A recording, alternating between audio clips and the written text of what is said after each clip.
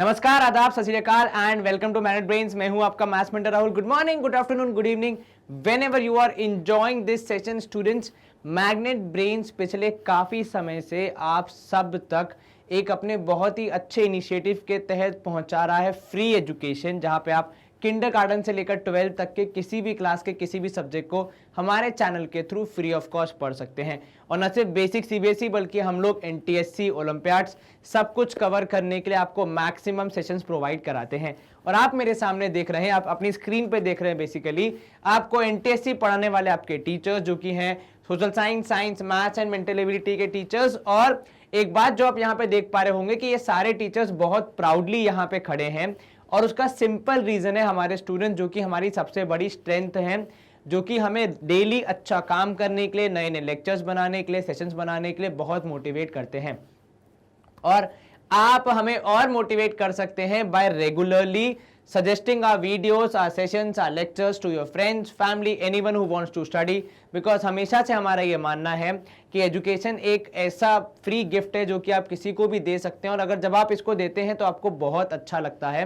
तो प्लीज़ इस पूरे हमारे ड्रीम को, हमारे सपने को मैक्सिमम लोगों तक पहुंचाएं और अच्छे से अच्छा हमारा जो पूरा इनिशिएटिव है उसे सक्सेसफुल बनाएं। हमारा हिंदी मीडियम चैनल भी लॉन्च हो चुका है, तो यदि आप हिंदी मीडियम के किसी व्यक्ति को जानते हैं जिसको समस्या होती है इंग्लिश मीडियम से पढ़ने में, तो उन्हें प्लीज़ कहें कि वो हमारे लेक्चर्स को देखें हमारे चैनल के ऊपर मैग्नेट ब्रेन्स हिंदी के नाम से। और इन सारे लेक्चर्स को हिंदी, इंग्लिश मीडियम, जो भी हमारे सारे मीडियम्स हैं, जो भी हमारे सारे सेशंस हैं, उन सबको आप हमारी वेबसाइट और ऐप के थ्रू भी देख सकते हैं। और हम होंगे कामयाब, एनटीएससी हो, बोर्ड्स हो, कुछ भी हो, यदि आप और हम मिलके बहुत सारी मेहनत और प्रैक्टिस करेंगे। तो चलिए, आज का जो हमारा ये मेहनत और प्रैक्टिस का सेशन है वो कंसंट्रेट कर रहा है हमारे मैथ्स के सैड पार्ट पे, जहां पे हम पढ़ने वाले हैं एक इंपॉर्टेंट चैप्टर जिसका नाम है अलजेब्रा। उसके भी हम सॉल्व करने आज वाले हैं यहाँ पे डीपीक्यू शीट नंबर 7। इस शीट को आप हमारे पिछले सेशंस में डाउनलोड कर चुके होंगे। यदि नहीं किया है तो इसी सेशन के डिस्क्रिप्शन में आपको इस शीट का लिंक मिल जाएगा, यहां से आप शीट डाउनलोड करके उसे सॉल्व कर सकते हैं। अगर आप चाहें तो मुझे इस समय यहां इस मुद्रा में पॉज करें और पहले जाके आधा घंटा खुद सवालों को ट्राई करें, ताकि आपकी प्रैक्टिस हो जाए अच्छे से और फिर आप आसानी से अपने लक्ष्य को प्राप्त कर सकें। चलिए, शीट नंबर 7 हम यहां शुरू करने वाले हैं।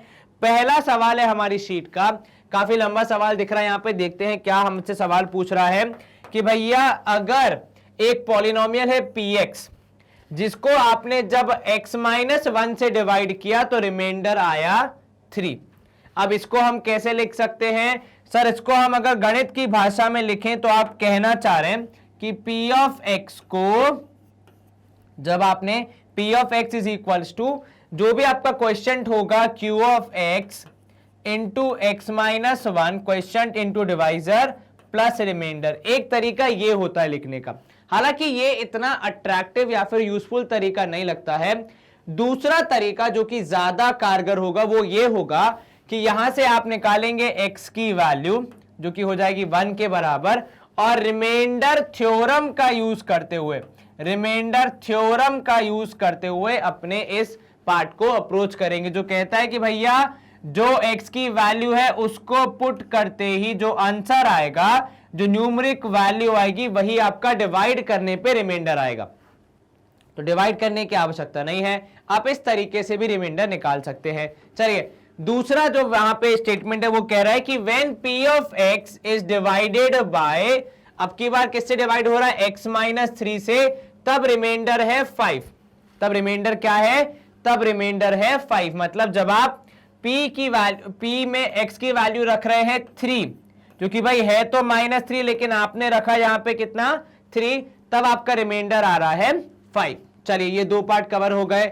अब आप क्या बोल रहे हैं? If r of x is the remainder when p of x is divided by x-1 और x-3। मतलब अब देखो यहां पे, क्योंकि आखिरी वाले पार्ट में रिमाइंडर की न्यूमेरिक वैल्यू नहीं है, एक एक्सप्रेशन के रूप में दिया है, तो शायद यहां पे हम जो ट्रेडिशनल हमारी अप्रोच रहती है, जैसे हम लिखते हैं वैसे ही लिखेंगे कि भैया p ऑफ x हो जाएगा हमारा, क्या हो जाएगा? p of x would be equal to x-1 into x-3 साथ में क्या होगा, एक साथ में हमारे पास होगा एक क्वेश्चन, ठीक है, क्यू ऑफ एक्स आप कह सकते हैं उसको, और प्लस करेंगे आप रिमाइंडर आर ऑफ एक्स। अच्छा, अब यहां पे अगर आप ध्यान से देखें तो जब आप ये वैल्यूज पुट करेंगे तब भी आपको जवाब मिलना चाहिए, क्योंकि ये भी पी ऑफ एक्स की ही वैल्यूज है। तो क्या हम इनके बीच में कोई कनेक्शन यहां पे ढूंढ सकते हैं, वो हमें यहां पे अब थोड़ा सा सोचना है। तो कैसे मिलेगा हमें यहां पे कनेक्शन? भाई कनेक्शन तो हमें सामने सामने ही दिख रहा है। देखो ये पी ऑफ एक्स और ये पी ऑफ वन में क्या डिफरेंस है? सर एक ही डिफरेंस है, यहां पे एक्स की वैल्यू 1 नहीं रखी गई है। चलिए रख के देख लेते हैं। तो जब आपने रखा यहां पे पी ऑफ 1, आपको यहां से मिलेगा 1 माइनस 1 इंटू यहां पे होगा x माइनस, यहां पे भी होगा कितना 1 माइनस 3, यहां पे हो जाएगा q ऑफ x की जगह q ऑफ 1 प्लस, अब देखो r ऑफ x कोई ना कोई पॉलिनोमियल तो होगा, तो उसको हम लिख देते हैं यहां पे a इंटू 1 प्लस b, कि हम पहले लिख रहे हैं पॉलिनोमियल को ax प्लस b, जहां पे x की वैल्यू 1 रखने पे हो जाएगा a इंटू 1 प्लस b। और अब यहां पे ध्यान दो, देखो p ऑफ 1 रखने पे आंसर आ रहा है 3, और यहां पे अगर आप देखें तो पहला पार्ट तो पूरा का पूरा हो जा रहा है 0, तो यहां क्या बचेगा आपके पास कि 3 is equals to a plus B. क्या आपको ये समझ में आया? मैंने यहां पे क्या किया, एक पार्ट जो आपको यहां पे इंपॉर्टेंट याद रखना है कि मैंने r ऑफ x को, जो भी एक पॉलिनोमियल था, उसको मैंने मान लिया ax प्लस बी, ठीक है, ax प्लस बी माना है ताकि हम a और b की वैल्यूज पता लगा के वो r ऑफ x पॉलिनोमियल है क्या उसको पता लगा पाए, ठीक है। तो चलिए यहां से आपको एक मिला 3 is the value of a plus B. दूसरा है p ऑफ 3, इसको भी रख के देख लेते हैं कि जब x की वैल्यू 3 होगी तो पूरा एक्सप्रेशन कैसे रिएक्ट करेगा। तो पहले आ जाएगा 3 माइनस 1, फिर आ जाएगा 3 माइनस 3, फिर आ जाएगा q ऑफ 3, और लास्ट में यहाँ पे आ जाएगा प्लस 3a प्लस बी। ये कैसे आया सर? rx था ax प्लस बी, x की जगह आ गया 3, तो 3a प्लस बी। क्या किया आपने बेसिकली रिमाइंडर थ्योरम या फिर किसी पॉलिनोमियल की वैल्यू निकालने का प्रोसेस किया, जहां पे आप x की जगह अपने नंबर्स को इंस्टॉल करके अपना आंसर निकालते हैं। यहां पे 3 माइनस 3 हो जाएगा 0, तो ये जो पहले का पार्ट है वो तीनों मल्टीप्लीकेशन में है, तो 0 के बराबर हो जाएंगे। तो आपके पास कुल मिला के रिजल्ट बचेगा p ऑफ 3 की value that is 5 is equal to 3a plus B. अब 3a प्लस बी का यूज करते हुए और दूसरी इक्वेशन जो कि हमें मिली दैट इज ये 3 is equal to a plus B, और ये वाली इक्वेशन, इन दोनों का यूज करते हुए हम a और b की वैल्यू निकालेंगे, फिर r ऑफ x पे चर्चा करेंगे। चलिए यहां से आप निकाल सकते हैं b is equal to 3 minus a, ये जो a इस तरफ था साइड चेंज करेगा तो 3 माइनस a, तो यहां पे हो जाएगा 5 is equal to 3a plus 3 minus a plus 3 वहां जाएगा तो माइनस 3, 3a माइनस a करोगे तो आपके पास बचेगा इस तरफ 2a, इस तरफ 2 डिवाइड बाय 2 करने पे आपका आंसर आएगा a दैट इज 1। अब a की वैल्यू आ गई तो b की वैल्यू कितनी sir? 3 minus 1 that is b की वैल्यू आ गई 2, तो b की वैल्यू आ गई कितनी 2। तो आपका r ऑफ x क्या बन गया? आपका r ऑफ x बन गया यहां पे a की जगह पे 1, b की जगह पे 2, तो x प्लस 2, ये आपका r ऑफ x बन गया। अब जब आपको r ऑफ x मिल गया, अब आपको फाइनली निकालना है r ऑफ माइनस 2, तो वो कैसे निकालोगे कि सर r ऑफ माइनस 2 का मतलब होगा जहां जहां पे x है वहां पे हम x की जगह माइनस 2 रख देंगे।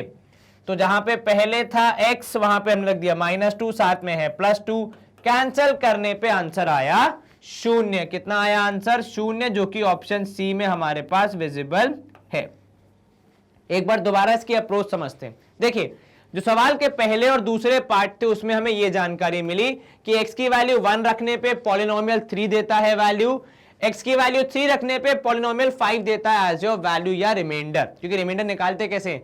x की वैल्यू रख के जो न्यूमेरिक वैल्यू आती है सॉल्व करने के बाद उसे आप रिमाइंडर कहते हैं। तीसरी और इंपॉर्टेंट चीज यहां पे ये दी थी कि उसी पॉलिनोमियल के बारे में दिया था कि जब आप उसको x माइनस 1 और x माइनस 3 दोनों के मल्टीप्लीकेशन से डिवाइड कर रहे हैं तब रिमाइंडर आ रहा है rx, ठीक है। तो आपने उसको मैथमेटिकल फॉर्म में लिखा, जहां आपको डिवाइजर और क्वेश्चन को मल्टीप्लाई करने पे फिर रिमाइंडर को ऐड करने पे एक्चुअल पॉलिनोमियल मिला। यहां पे हमने r ऑफ x को फिर अज्यूम किया as a polynomial ax plus b के रूप में, दैट इज भाई देखो, एक हमारे पास वेरिएबल आ गया, ए और बी हमारे कोएफिशिएंट हो गए जिन्हें हम अभी ज्ञात नहीं कर पा रहे हैं, और शायद इस पूरे प्रोसेस में हम लोग यही ट्राई करते हैं कि ए और बी की वैल्यू निकाल पाए ताकि आर ऑफ एक्स है क्या वो डिटरमाइन हो पाए। तो वो हमने कैसे किया, तो ये जो हमारे पास दो स्टेटमेंट थे P ऑफ 1 और P ऑफ 3, इनका यूज करके इनकी वैल्यू रख के हमने A और B के टर्म्स में दो इक्वेशन निकाली, जिन्हें सॉल्व करके हमने A और B की वैल्यू निकाली और उन्हें पुट करके फिर हमने R ऑफ X निकाला। फिर हमें अंत में बोला गया था कि आपको R ऑफ X नहीं, R ऑफ -2 अर्थात R ऑफ X में X की वैल्यू -2 रखने पे रिजल्ट कितना आएगा वो बताना है। तो वो हमने बता दिया कि जोड़ घटाने के बाद आपका रिजल्ट आएगा 0। यहां पे हम एक बार कंप्यूटर जी से हमारी पूछ लेते हैं कि उनका क्या रिजल्ट आ रहा है। स्लिप ऑफ टंग हो गया, ऑप्शन सी 0 कंप्यूटर जी का भी जवाब है, तो हम यहां पे कर सकते हैं स्क्रीन को क्लियर और मूव करेंगे अगले प्रश्न की ओर। चलिए, स्लिप ऑफ टंग होने के बाद सेकंड क्वेश्चन है हमारे पास यहां पे कि the number of integral solution of equation, यहां पे जो हमें इक्वेशन दी गई है उसके कितने इंटीग्रल सॉल्यूशन होंगे वो आपको बताना है। ठीक है, अब यहां पे आप ध्यान से देखिए, आपको y प्लस 1/y और y square plus 1/y square दिया है, और जितना गणित मैंने पढ़ा है कि इनके बारे में हमें एक चीज जो सिखाई जाती है वो है इनको सॉल्व करने का तरीका, कि किस तरीके से इन्हें अप्रोच करना है। ठीक है, वो कैसे करेंगे आप, तो सर सबसे पहले हम लिखेंगे कि y प्लस 1/y का जब आप होल स्क्वायर करते हैं, तब आपको मिलता है y square plus 1/y square, और साथ में मिलेगा +2। भाई ये 2 कहां से आया सर, एक्चुअली तो मिलता है 2 इंटू वाई इंटू 1/y, पर क्योंकि y और y कैंसल हो जाते हैं तो केवल बच जाता है 2, जिसको हम सिर्फ 2 लिख के ही संबोधित करते हैं। तो जब ये दोनों हो जाएंगे कैंसल तो केवल 2 बचेगा। +2 को यदि मैं इस तरफ भेज दूं तो मुझे मिलेगा y प्लस 1/y का होल स्क्वायर -2। ये किसकी वैल्यू है, y square plus 1/y square की। और यदि मैं y square plus 1/y square को इससे रिप्लेस कर दूं तो मेरा सवाल थोड़ा सा सिमेट्रिक बन जाएगा। वो कुछ इस प्रकार की, यहां पे देखिए भाई 7 इंटू वाई प्लस 1/y है। ठीक है, उसके बाद है -2 इंटू जो ब्रैकेट के अंदर है y square plus 1/y square, उसकी जगह मैं लिख रहा हूं y प्लस 1/y का होल स्क्वायर -2, जिसमें 2 मल्टीप्लाई हो रहा है, और यह है इक्वल टू 9। ठीक है, अब क्या करेंगे हम, अब यदि मैं यहां पे लिख दूं कि भाई y प्लस 1/y को हमने माना है z, कि हमने क्या बोला कि लेट y प्लस 1/y भी इक्वल टू z, तो हमारा ये जो पूरा ऊपर का इक्वेशन है ये कैसे चेंज हो जाएगा, यहां देखो कि हो जाएगा सर 7। ठीक है, तो पहले आप लिखेंगे यहां पे 7, जहां पे था y प्लस 1/y वहां आ जाएगा z। ठीक है, तो y प्लस 1/y की जगह आपने क्या लिख दिया, यहां पे z लिख दिया। फिर आगे आएगा -2। ठीक है, जहां पे था y प्लस 1/y वहां पे आप लिख देंगे वापस से z। तो भाई एक बॉक्स ब्रैकेट था, फिर एक सर्कुलर ब्रैकेट में आएगा z का स्क्वायर, क्योंकि y प्लस 1/y की जगह आएगा z। ठीक है, बाद में था स्क्वायर, तो स्क्वायर को भी हम एक काम करते हैं, लिख देते हैं, यहां पे आ जाएगा स्क्वायर -2 और ये ब्रैकेट बंद इज इक्वल टू 9। क्या आपको ये समझ में आया? अब हमने हमारी इक्वेशन को सॉल्व करने के लिए कुछ कदम आगे बढ़ा दिया। अब हम यहां से z की वैल्यू निकाल के यहां तक पहुंच सकते हैं। ठीक है, चलिए, तो ये हो जाएगा 7z minus 2z square plus 4। कैसे आया सर, ये -2 अंदर मल्टीप्लाई किया तो z स्क्वायर से जब 2 मल्टीप्लाई किया तो -2, और -2 इंटू -2 किया तो आपको मिला 4 इज इक्वल टू 9। चलिए, तो आपका सवाल चेंज हो गया है थोड़ा बहुत, -2z स्क्वायर अगर मैं हाईएस्ट पावर के रूप में अरेंज करूं प्लस 7z, और ये जो +4 है साइड चेंज करेगा तो हो जाएगा -4, तो 9 - 4 दैट इज 5। तो आपका सॉल्यूशन हो गया -2z square plus 7z equals to 5। पूरा सॉल्व करेंगे तो -2z square plus 7z -5 is equal to 0। अगर मैं तीनों में से माइनस साइन कॉमन ले लूं तो 2z स्क्वायर बन जाएगा पॉजिटिव, 7z बन जाएगा नेगेटिव और 5 बन जाएगा पॉजिटिव। अब यहां पे इसको सॉल्व करके आप z की दो वैल्यूज निकाल सकते हैं क्या? जी सर बिल्कुल निकाल सकते हैं। एक मिनट, यहां पे हम जो बाउंड्री है उसको अलग कलर से बनाएं ताकि पार्टीशन क्लियरली समझ में आए। ठीक है, चलिए ये आपका पार्टीशन है, एक बार दोबारा बना लेते हैं। ये यहां पे आ गया नीचे और यहां से जाना है इसने ऊपर। चलिए अब आप क्या करेंगे, सॉल्व करेंगे तो आपको क्या मिलेगा सर? हमें यहां पे मिलेगा ऐसे दो नंबर्स जिन्हें मल्टीप्लाई करने पे आना चाहिए 10 और ऐड या सब्ट्रैक्ट करने पे आना चाहिए 7। सवाल में ही आपका जवाब है, तो -2z -5z, इन दोनों को ऐड करोगे तो -7z मिलेगा और जब मल्टीप्लाई करोगे तो 10z मिलेगा, 10z स्क्वायर मिलेगा। पहले दोनों में से आपने 2z कॉमन लिया, अंदर बचेगा आपके पास z -2। दूसरे दोनों में से आपने -5 कॉमन लिया तो आपके पास बचेगा z -2। ठीक है, तो आपके पास फाइनल आंसर आया z -2 इधर पे, इधर आया 2z -5 is equal to 0। z की वैल्यू आ गई या तो 2 के बराबर या फिर z की वैल्यू आएगी 2 के बराबर, या फिर 2z की वैल्यू दूसरी क्या आ सकती है कि भाई दूसरी आएगी 5/2। ठीक है, तो मतलब y प्लस 1/y की वैल्यू या तो 2 है या तो 5/2 है। अब देखो दो वैल्यू से दोनों को थोड़ा एनालाइज करते हैं। तो एक वैल्यू है हमारे पास y plus 1/y is equal to 2। अगर ये वैल्यू है, ठीक है, तो क्या हमें यहां पे हमारा जवाब मिल पाएगा? ठीक है, आपकी इक्वेशन क्या बनेगी अगर ये वैल्यू है? तो सर इक्वेशन बनेगी y square plus 1 is equal to 2y और y square minus 2y plus 1 is equal to 0। ठीक है, अब यहां पे अगर आप चेक करें d की वैल्यू आपको मिलेगी b स्क्वायर माइनस 4ac से। तो क्योंकि कुछ नया करने जा रहा हूं मैं इसलिए अलग कलर यूज कर लेते।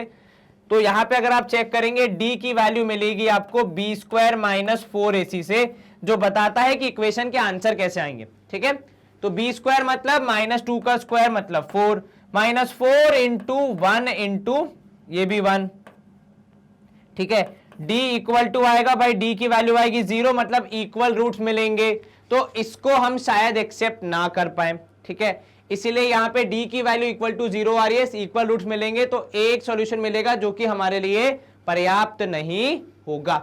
ठीक है, तो यहां पे अगर आप चेक करें y की वैल्यू 1 आ रही है, 1 स्क्वायर माइनस 2 प्लस 1 करोगे 1 प्लस 1 हो जाएगा, -2 करोगे 0 हो जाएगा। ठीक है, ये पॉसिबल नहीं है। दूसरा वाला अगर हम देखें, दूसरा वाला जो पॉसिबल ऑप्शन है वो कौन सा है सर? वो है ये वाला जो कहता है कि y plus 1/y equals to 5/2 आएगा। ठीक है, तो दूसरा वाले ऑप्शन हम चेक करें तो y plus 1/y would be equal to 5/2, would be equal to कितना? 5/2। तो यहां से आपको मिलेगा, आपकी इक्वेशन मिलेगी भाई y स्क्वायर प्लस 1/y। ठीक है, y square plus 1/y is equal to 5/2। इसको आप सॉल्व करेंगे आपको मिलेगा 2y square plus 2 equals to 5y। आपकी इक्वेशन आएगी 2y square minus 5y plus 2। तो यहां से आपको y की दो वैल्यूज मिल सकती है। ठीक है, यहां से आपको y की दो वैल्यूज मिल सकती हैं। इसको आप सॉल्व करके आसानी से अपना उत्तर बता सकते हैं। तो कितनी इंटीग्रल वैल्यूज मिली आपको? 2 मिली। ठीक है, कौन कौन सी मिली वो तो हमें नहीं पता लगानी, वो तो इसको सॉल्व करेंगे तब समझ में आएगा। पर अभी के लिए हम इतना बोल सकते हैं कि 2 वैल्यूज मिलेंगी। क्या आपको ये पूरा लेंथी प्रोसेस समझ में आया? कैसे इक्वेशन को अप्रोच करना है, कैसे उसे सॉल्व करना है, ठीक है, और कैसे उसे खत्म करना है। Very good. चलिए यहां पे हम कर सकते हैं एक बार कंप्यूटर जी से और परामर्श देखते हैं उनका जवाब क्या आ रहा है। तो भाई उनका जवाब भी आ रहा है C2। तो यहां पे हम कर सकते हैं स्क्रीन को क्लियर और मूव कर सकते हैं अगले प्रश्न की ओर। थर्ड क्वेश्चन है हमारा कि the sum of roots of 1/x plus a plus 1/x plus b equals to 1/c is equals to 0। ठीक है, इज इक्वल्स टू 1/c। आपकी इक्वेशन क्या है कि भाई 1/x plus a plus 1/x plus b equals to 1/c। इसके सम of the roots अब भैया सम ऑफ द रूट्स निकालने के लिए सबसे पहले क्या पता होना चाहिए सर? इक्वेशन का स्टैंडर्ड फॉर्म। तो हमारा पहला कार्य क्या होना चाहिए? इस इक्वेशन को स्टैंडर्ड फॉर्म में तब्दील करना। वो कैसे होगा सर? एलसीएम ले लेंगे और क्या। जब आप एलसीएम लेंगे तब आपको क्या मिलेगा कि x plus B plus x plus A whole upon x square whole upon कितना एक्स स्क्वायर या x plus A into x plus B is equal to 1/c। ठीक है, अब इसको प्रयास करते हैं स्टैंडर्ड फॉर्म में लाने का। x प्लस एक्स हो जाएगा 2x plus A plus B whole upon 2x है, ये 2a नहीं है, 2 whole upon x square plus ax plus bx plus ab is equal to 1/c। इसको अगर आप फर्दर सॉल्व करेंगे तो ये c तो यहां पे मल्टीप्लाई हो रहा है वो इस तरफ चल जाएगा, तो 2cx plus ca plus cb is equal to इस तरफ आपको मिलेगा X square plus ax plus bx plus ab। सारी टर्म्स को एक तरफ ले आते हैं ताकि हम आसानी से इसको सॉल्व कर पाए। तो इस तरफ का पूरा मामला उस तरफ जाएगा, तो आपको मिलेगा यहां पे 0 equal to X square plus ax। तो न सिर्फ मैं उस तरफ लेके जा रहा हूं बल्कि अरेंज भी कर रहा हूं, तो ax plus bx minus 2cx, क्योंकि 2cx यहां पॉजिटिव है, साइड चेंज करेगा तो negative, plus ab minus bc minus ca। ये दोनों जो पॉजिटिव थे साइड चेंज करेंगे तो नेगेटिव।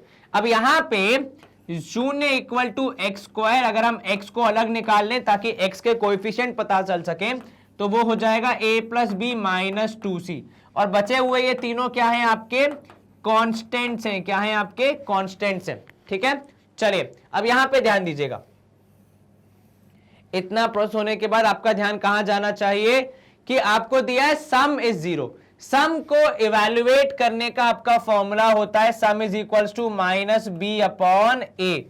माइनस बी मतलब मिडिल वाला पार्ट, x का कोएफिशिएंट। तो यहां पे x का कोएफिशिएंट क्या है सर, यहां पे x का कोएफिशिएंट है ये वाला पूरा हिस्सा।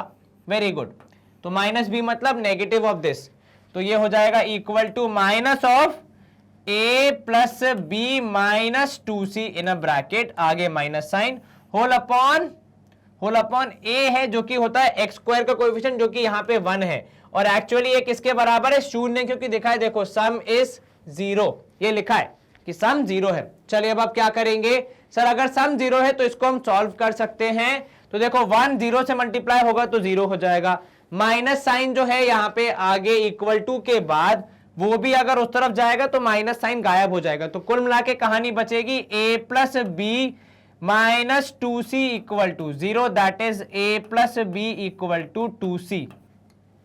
एक रिजल्ट हमें ये मिला सम से। अब जरा हम इसके प्रोडक्ट पे आते हैं, बिकॉज सम को और फर्दर हम कुछ नहीं कर सकते। प्रोडक्ट निकालने के लिए हमें चाहिए होता है c अपॉन ए। ठीक है, c अपॉन ए। c मतलब क्या हो जाएगा सर, c मतलब हो जाएगा आपका कोएफिशिएंट्स, ये वाले तीनों जो आपके पार्ट है ये कहलाएंगे c अपॉन ए। तो c मतलब हो जाएगा ए बी, ठीक है, माइनस बी सी माइनस सी ए होल अपॉन ए की जगह, ए मतलब होता है एक्स स्क्वायर का coefficient that is 1 in this case. ठीक है, तो प्रोडक्ट को अगर हम थोड़ा और सिंप्लीफाई करें, बिकॉज हमारे ऑप्शन आप देखें तो कुछ अलग से आ रहे हैं, तो अब आपका जवाब क्या आएगा, तो सर अब आपका जवाब आएगा, देखिए ए बी तो एज इट इज है माइनस बी सी, और इन दोनों में से मैं क्या कॉमन ले रहा हूं, मैं कॉमन ले रहा हूं यहां पे माइनस सी, तो अंदर बचेगा a प्लस बी, मतलब दोनों पॉजिटिव। ठीक है, क्या बोला मैंने, दोनों से मैंने माइनस सी कॉमन लिया तो अंदर a प्लस बी पॉजिटिव हो गया, जिसकी स्वयं की वैल्यू है 2c के बराबर। तो यहां से आपको मिला ए बी माइनस 2c, तो एक तो c पहले से था, दूसरा a प्लस बी की जगह आ गया c, तो मिला आपको A B minus 2c square, A B minus 2c square. क्या आपको यह समझ में आया? यस सर, कहीं कोई शंका मन में नहीं सर, परंतु ऐसा कोई भी ऑप्शन हमें यहां तो फिलहाल नहीं मिल रहा है। यदि हम इसको थोड़ा और देखें, देखो हमारे ऑप्शन में ए स्क्वायर और बी स्क्वायर आ रहा है, तो क्या हम कहीं से ए स्क्वायर और बी स्क्वायर ला सकते हैं? हाँ सर, यदि हम इसको थोड़ा और सिंप्लीफाई करें तो शायद हमें ए स्क्वायर बी स्क्वायर मिल जाए। चलो, ए स्क्वायर प्लस बी स्क्वायर कैसे मिलेगा, तो सर ए प्लस बी का होल स्क्वायर कर देंगे तब मिल सकता है। तो जब आप a प्लस बी का होल स्क्वायर करेंगे इस तरफ, यहां आपको कितना मिलेगा सर, यहां मिलेगा 4c स्क्वायर। ठीक है, कैसे भाई, a प्लस बी का स्क्वायर किया आपने तो उधर का भी स्क्वायर हो गया, तो इस तरफ हो गया a square plus B square plus 2ab is equal to 4c²। ठीक है, अब यदि आपको ab और 2c² साथ में चाहिए तो आप क्या करेंगे सर, इस 2ab को उस तरफ भेज देंगे। बिल्कुल ठीक, तो जब आप 2ab को इस तरफ भेजेंगे तो आपको वैल्यू मिलेगी कि भाई a² plus b² is equal to 4c² minus 2ab। ठीक है, और यदि मैं इसको थोड़ा और सॉल्व करूं यहां पे इस पार्ट को गायब करते हुए, क्योंकि ये आपको समझ आ गया होगा। ठीक है, चलिए तो यहां पे ध्यान दीजिएगा, यहां पे आपको क्या मिलेगा सर, यहां पे हमें मिल रहा है कि a² प्लस b², यदि इन दोनों में से मैं -2 कॉमन ले लूं, क्या कॉमन ले लूं, -2। देखो मैंने न सिर्फ केवल 2 कॉमन लिया बल्कि माइनस साइन भी कॉमन लिया, तो जो नेगेटिव है वो बन जाएगा पॉजिटिव, तो a भी बन गया पॉजिटिव। 4c² में से आपने 2 निकाल लिया तो केवल 2 बचेगा, तो आपके जवाब बचेगा -2c²। और रीजन आपने -2 कॉमन लिया, केवल 2 नहीं, तो जब माइनस साइन कॉमन लेंगे जो पॉजिटिव होगा वो भी नेगेटिव बन जाएगा और जो नेगेटिव होगा वो पॉजिटिव बन जाएगा। तो ab -2c² की वैल्यू हो जाएगी -1/2 a² प्लस b²। ये कैसे आया सर, जो 2 था -2 से आप मल्टीप्लीकेशन से डिवीजन में ले आए, लेकिन हम नेगेटिव को न्यूमरेटर में रखेंगे, डिनोमिनेटर में नहीं, इसलिए ऊपर -1 हो जाएगा और ये वैल्यू हो जाएगी ab -2c² की। ठीक है, तो ab -2c² क्या हो गया sir, -1/2 into a² plus b², that is same as option C, that is -1/2 a² plus b²। क्या आपको ये समझ में आया? तो आज अभी तो हम लोग जितने सवाल हम सॉल्व कर रहे हैं सारे काफी लेंदी एंड ट्रिकी हो रहे हैं, पर आपको डरने की बात नहीं, कॉन्सेप्ट को समझिए और एप्लीकेशन लगाइए, अप्लाई कीजिए, आपको अपने आप अपने सवालों के जवाब मिलेंगे। देखो यहाँ पे हमारा सबसे बड़ा हिंट क्या था कि भाई सम है 0, वहां से हमें एक रिजल्ट मिला, उसे हमने प्रोडक्ट में यूज करने का प्रयास किया, लेकिन हम थोड़े से सीमित रह गए ab -2c² पे, जबकि हमारे उसके बाद फिर हमने ऑप्शन का यूज किया, टू बी ऑनेस्ट, कि ऑप्शन में आ रहा है a² b²। देखो दो ऑप्शन है, C वाला और D वाला, तो क्या यहाँ पे a² b² लाने कोई चांस है, तो वो हमने लाने का प्रयास किया और हम सफल हो गए। तो कई बार आपके सवाल में आपका सबसे बड़ा हेल्प पता है कौन करेगा, आपके ऑप्शंस, वो आपको कभी कभी राह दिखाते हैं कि ऐसा नहीं ऐसा करो तो भी आपका आंसर आ जाएगा। ठीक है, तो उस चीज को हमेशा ध्यान रखें। एक बार हम यहाँ पे कंप्यूटर जी से और पूछ लेते हैं, भाई उनका जवाब भी आ रहा है ऑप्शन सी, तो यहाँ पे हम कर सकते हैं स्क्रीन को क्लियर और मूव करेंगे प्रश्न नंबर 4 की ओर, जो क्या बोल रहा है हमसे कि √14 + 6√5, √14 + 6√5 है किसके बराबर, a + √b के बराबर। देखो अगर यहां पे होता एग्जाम्पल के तौर पे 7 + √5 तो कितना आसान हो जाता ना कंपेयर करना। तो अब हम क्या करेंगे, हम ऐसा ही प्रयास करेंगे कि जो बाहर का स्क्वायर रूट है जो कि एक्स्ट्रा है, इसको किसी तरीके से गायब किया जा सके। उसके लिए हम क्या करेंगे, हम जो अंदर का हमारा नंबर्स है उन्हें हम थोड़ा सॉल्व करने का प्रयास करेंगे। ठीक है, 14 को एज इट इज रहने दो, 6√5 को ब्रेक करते हैं 2 × 3 × √5 में।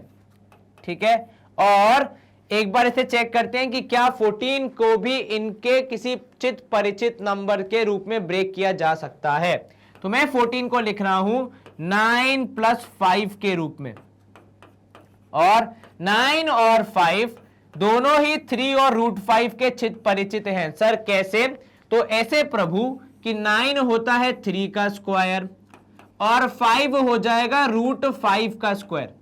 तो आपके पास a² है, आपके पास b² है, और लगे हाथ आपके पास 2ab भी है। इससे आपको क्या सीखने को मिलता है कि जीवन में जब मिले मौका मार दो चौका। जैसे आपको यहाँ पे a² + b² + 2ab दिखा, आपके मन में पहला विचार यही आया होगा कि ये होगा a + b का होल स्क्वायर। क्या हो जाएगा, a + b का होल स्क्वायर, तो ये हो जाएगा 3 + √5 का होल स्क्वायर। अब क्योंकि स्क्वायर और रूट है यहाँ पे आमने सामने, तो वो एक दूसरे को कैंसिल करके आपको फाइनल रिजल्ट देंगे कि भैया ये है 3 + √5, जो कि अंत में इक्वल है a + √b के। अब जब आप कंपेयर करेंगे तो रूट वाले को रूट वाले से और बगैर रूट वाले को बगैर रूट वाले से, तो आपको a की वैल्यू मिलेगी 3 और b की वैल्यू मिलेगी √5 के अंदर, मतलब 5। ठीक है, इससे क्या मिला आपको, a और b की वैल्यू मिल गई। इन दी एंड आपको चाहिए a प्लस बी, तो इतना एडिशन तो हमें आता है कि भाई 3 में 5 जोड़ने पे 9 आएगा। सर 8 आएगा, मुझे पता है, मैं तो थोड़ा सा आपको चेक कर रहा था कि जाग रहे हो कि नहीं।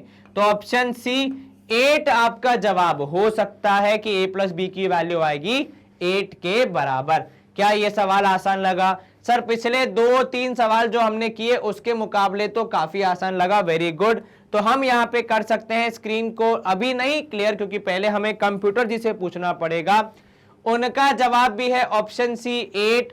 तो यहां मिल जाता है हमें स्क्रीन क्लियर करने का आदेश। हम करेंगे स्क्रीन को क्लियर और अगला प्रश्न देख लेते हैं। प्रश्न number 5, a plus B plus C is equal to 0। विशेष ज्ञान, जब भी आपको किसी सवाल में a plus B plus C equal to 0 दिखे, सबसे पहली चीज आपके दिमाग में क्या आनी चाहिए कि sir a cube plus B cube plus C cube करने पे रिजल्ट मिलेगा 3abc के बराबर।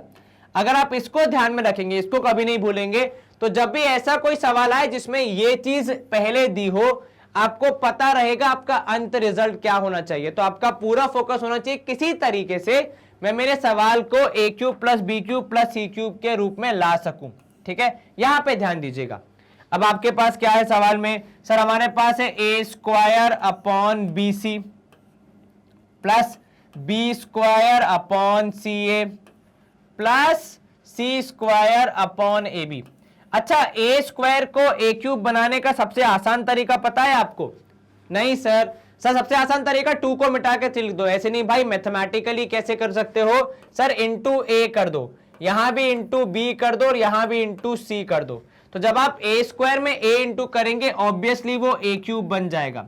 पर फ्रैक्शन का एक नियम होता है, कोई भी चीज अकेले ऊपर या अकेले नीचे मल्टीप्लाई या डिवाइड नहीं हो सकती, उससे पूरा फ्रैक्शन का बैलेंस बिगड़ जाएगा।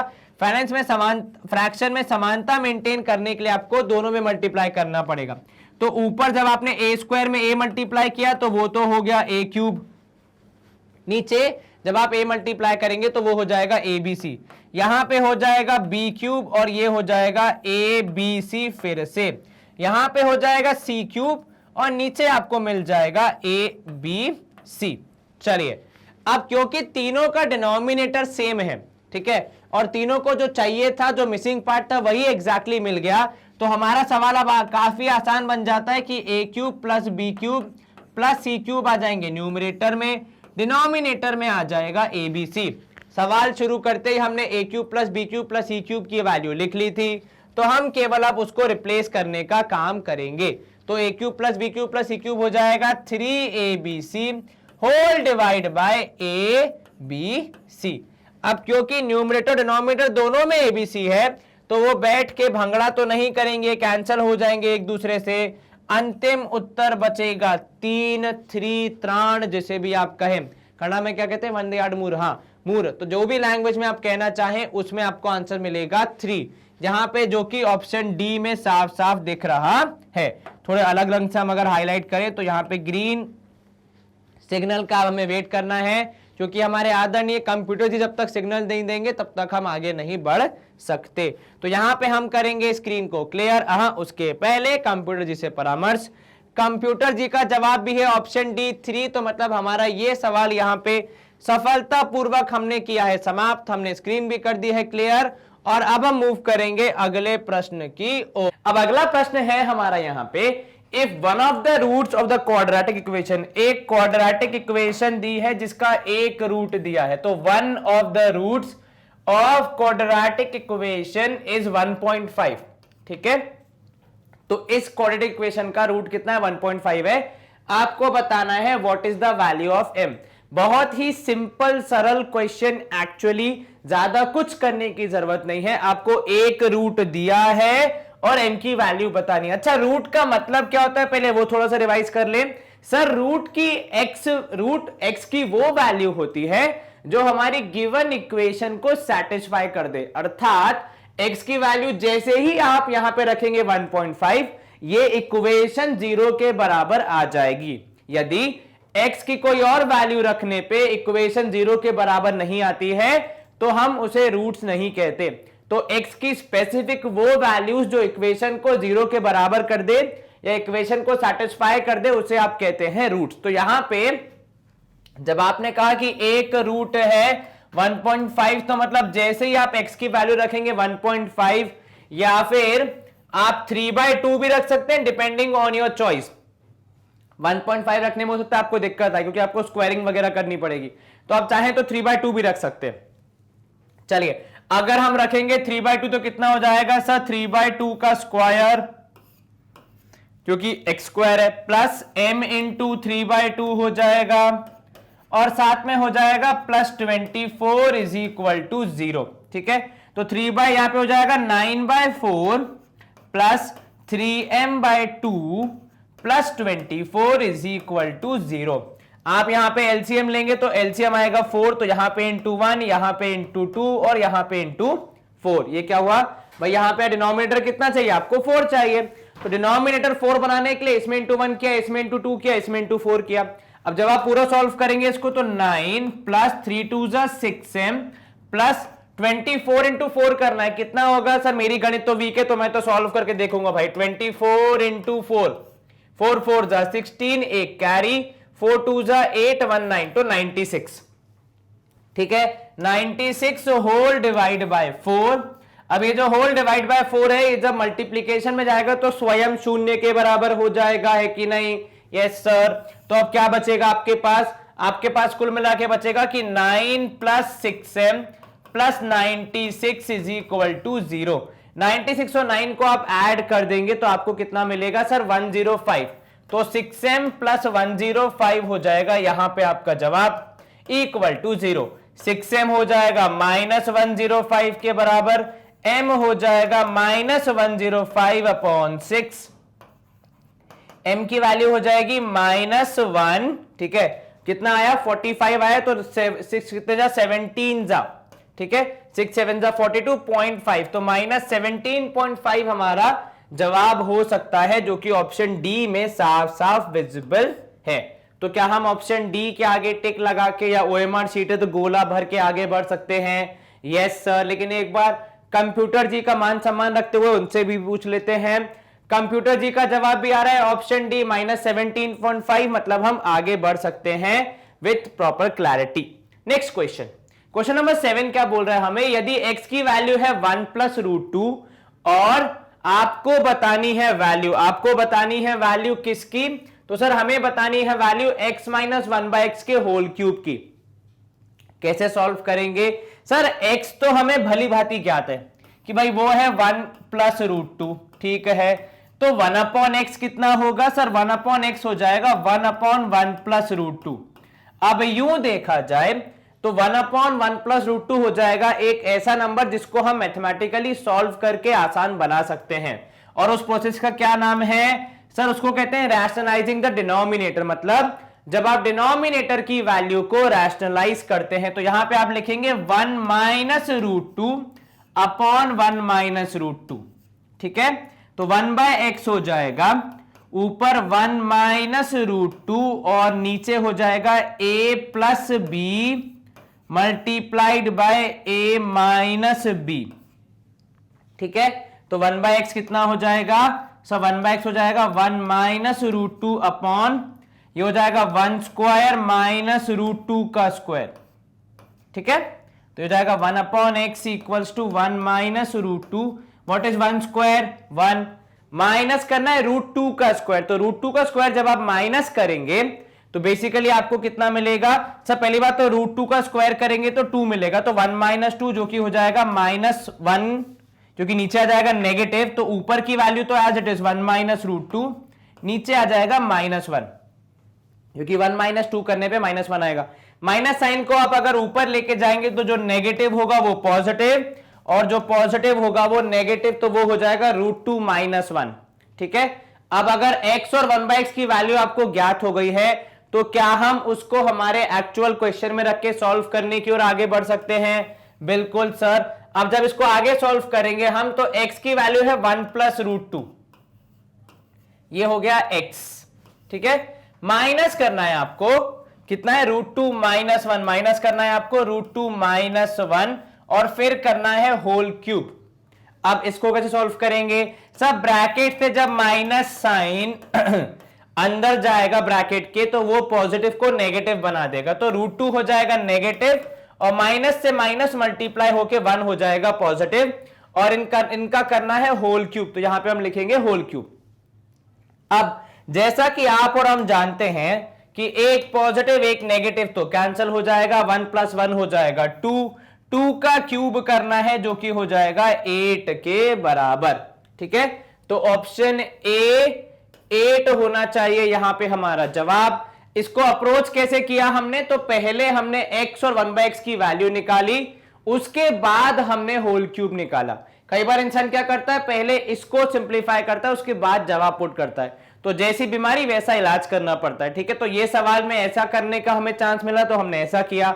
शायद दूसरे सवाल में, अगले सवाल में हमें कुछ और ट्रिक अप्लाई करके इस तरीके के क्वेश्चन को सॉल्व करना पड़े। ठीक है, और आपको तो पता ही है मैथमेटिक्स में सबसे बेसिक बात क्या होती है कि कोई भी प्रोसेस, कोई भी क्वेश्चन ऐसा नहीं कि फिक्स ही एक ही तरीके से चलेगा, अलग अलग मेथड से भी अलग अलग क्वेश्चन को अप्रोच किया जाता है। यहां पे एक बार कंप्यूटर जी की राय ले लेते हैं, उनका जवाब भी है ऑप्शन ए 8, तो हम कर सकते हैं स्क्रीन को क्लियर और मूव करते हैं अगले प्रश्न की ओर, जहां पे आपको दिया है x + 1/x की वैल्यू है 5, तो आपको बताना है x² और प्लस 1/x² कितना होगा। अब देखो यहां पे x + 1/x दिया है आपको 5 के बराबर, पहुंचना कहां तक है आपको? x² और 1/x² तक। वहां तक पहुंचने का एक ही रास्ता है स्क्वायरिंग, क्योंकि जब तक स्क्वायर नहीं करोगे स्क्वायर मिलेगा नहीं। तो x + 1/x का होल स्क्वायर हो जाएगा x² + 1/x²। किस खुशी में सर? a² + b² + 2ab, तो 2 × x × 1/x, 2 × x × 1/x, और ये हो जाएगा 25 के बराबर, क्योंकि 5 का स्क्वायर कितना होता है? 25। यहां से आपको क्या सीखने को मिला कि सर x और x हो जाएंगे कैंसिल, कुल मिला के बचा आपके पास x² + 1/x² + 2 = 25। तो x² + 1/x² हो जाएगा 25 - 2 दैट इज 23 के बराबर। 25 में से 2 घटाया तो 23 बचा, तो ऑप्शन बी 23 हमारा जवाब होना चाहिए। क्या आपको यह समझ में आया? यस सर, आसान था ये प्रश्न। जी हां, ऐसे बहुत सारे क्वेश्चन आपने बहुत बार ट्राई किए होंगे, तो इतना टफ तो नहीं होना चाहिए ये वाला सवाल। एक बार हम कंप्यूटर जी से और पूछ लेते हैं, उनका जवाब भी है 23।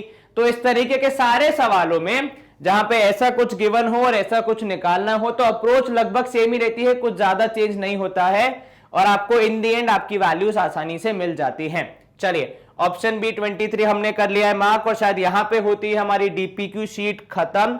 लेकिन आपके लिए पढ़ाई करने के, नॉलेज गेन करने के चांसेस खत्म नहीं हुए हैं, या फिर मैग्नेट ब्रेन्स के सेशंस खत्म नहीं हुए हैं, क्योंकि अब हमने यूट्यूब चैनल के साथ साथ हमारी वेबसाइट और ऐप को भी डेवलप कर दिया है, जहां पे आप फ्री ऑफ कॉस्ट, बिना कोई कूपन लगाए, बिना कोई सब्सक्रिप्शन लिए, केवल फ्री ऑफ कॉस्ट अपनी पूरी पढ़ाई को कर सकते हैं। बस आपको करना इतना है कि हमारी वेबसाइट पे जाइए और आपको जो भी चीज पढ़नी है, जैसे आपको इंग्लिश मीडियम सीबीएसई पढ़ना है, आपको हिंदी मीडियम सीबीएसई पढ़ना है, क्योंकि हमने हिंदी मीडियम में भी आपको पढ़ाना स्टार्ट कर दिया है, हमारा खुद का हिंदी मीडियम का चैनल बन गया है, और साथ में यहाँ पे भी आप हिंदी मीडियम में पूरा कंटेंट एक्सप्लोर कर सकते हैं। यहाँ पहुंचिए, सपोज आप एनटीएससी पढ़ना चाहते हैं, एनटीएससी के टैब पे क्लिक कीजिए।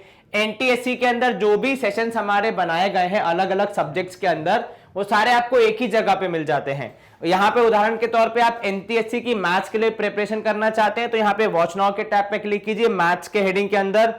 जैसे ही आप मैथ्स शुरू करते हैं, आपको वहां पे चैप्टर वाइज लिस्ट मिल जाती है, हर एक चैप्टर में कितने चैप्टर, कितने कंटेंट है, कितने लेक्चर्स है, वो भी आपको पूरी जानकारी मिल जाती है।